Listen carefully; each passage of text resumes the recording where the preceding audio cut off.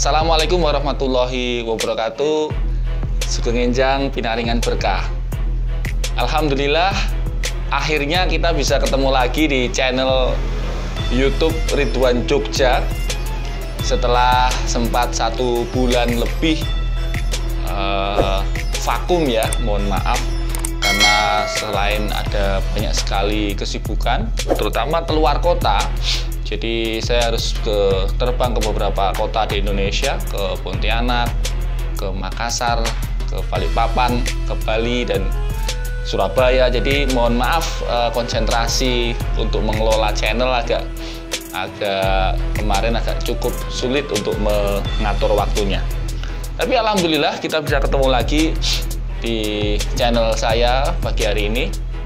Dan saya berterima kasih sekali karena walaupun 1 bulan tidak ada video baru, tapi subscriber dan view itu nambah luar biasa. Jadi terima kasih sekali buat sobat YouTube Spy Master, subscriber yang telah memencet like dan telah subscribe di channel ini.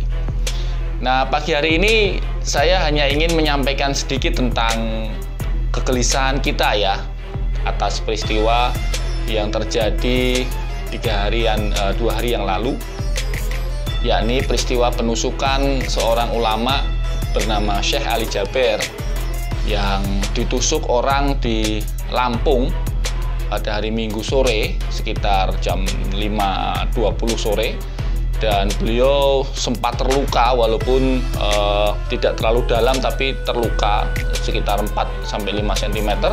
Alhamdulillah tidak sampai mengenai jantung atau dada beliau sehingga bisa ditepis ya, serangan dari pelaku itu bisa ditepis atas kewaspadaan beliau. Nah, sampai video ini dibuat memang belum jelas siapa dibalik si Alpin namanya, pelakunya itu, yang rupanya dia tinggal 600 meter dari masjid tempat di mana Syekh Ali Jaber memberikan ceramah. Jadi ini bukan orang asing atau orang tidak dikenal, tetapi sebenarnya justru dia adalah orang sekitar situ yang tidak jauh, tinggalnya hanya sekitar 600 meter dari masjid tempat kejadian perkara.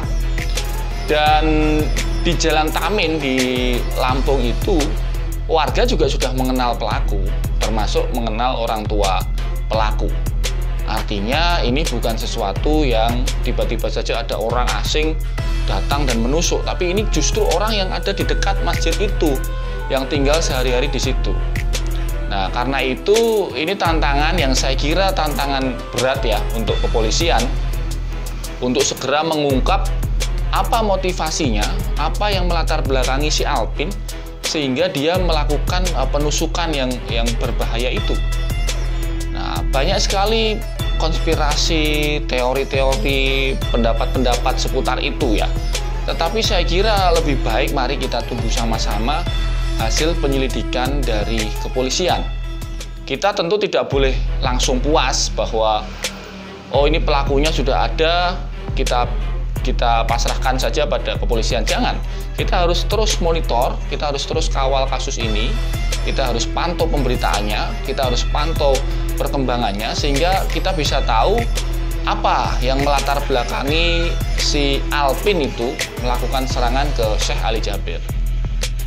Nah, sobat YouTube yang saya banggakan dan saya hormati, Syekh Ali Jaber ini adalah ulama yang selama ini mendakwahkan persatuan, yang selama ini mendakwahkan perdamaian antar berbagai macam mazhab yang ada di Indonesia. Jadi Syekh Ali Jaber ini bukan ulama yang menentang pemerintah, bukan ulama yang menentang rezim. Syekh Ali Jaber adalah ulama yang sangat dekat, bahkan pro rezim ya, pro dalam tanda petik ya, karena beliau sering berceramah di MPR, sering berceramah di DPR.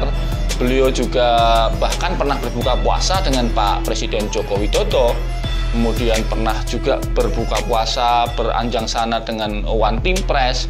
Banyak sekali foto-foto yang kalau kita lihat Ustadz Syekh Ali Jaber ini sangat dekat dengan pemerintah.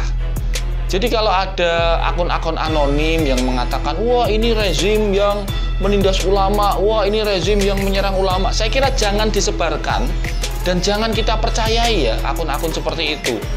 Karena bagaimana mungkin, ini kan ulamanya pro rezim ini.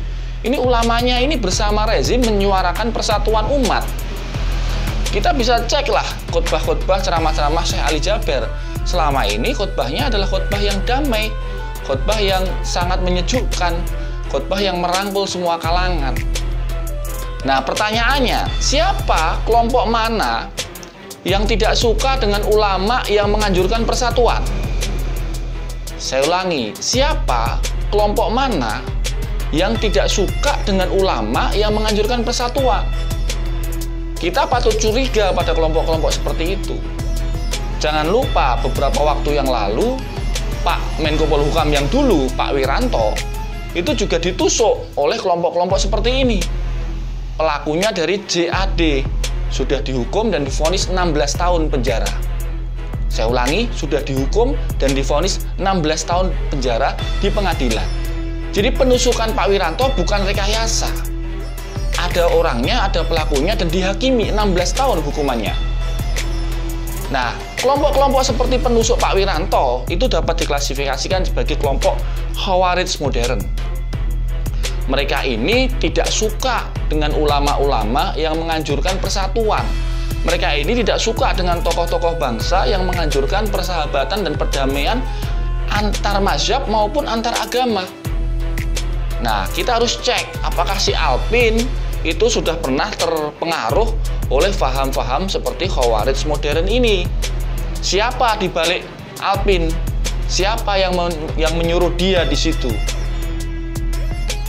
Nah, saya kira teman-teman yang saya banggakan, itu saja yang bisa saya sampaikan di YouTube kita pada hari ini, pada pagi ini.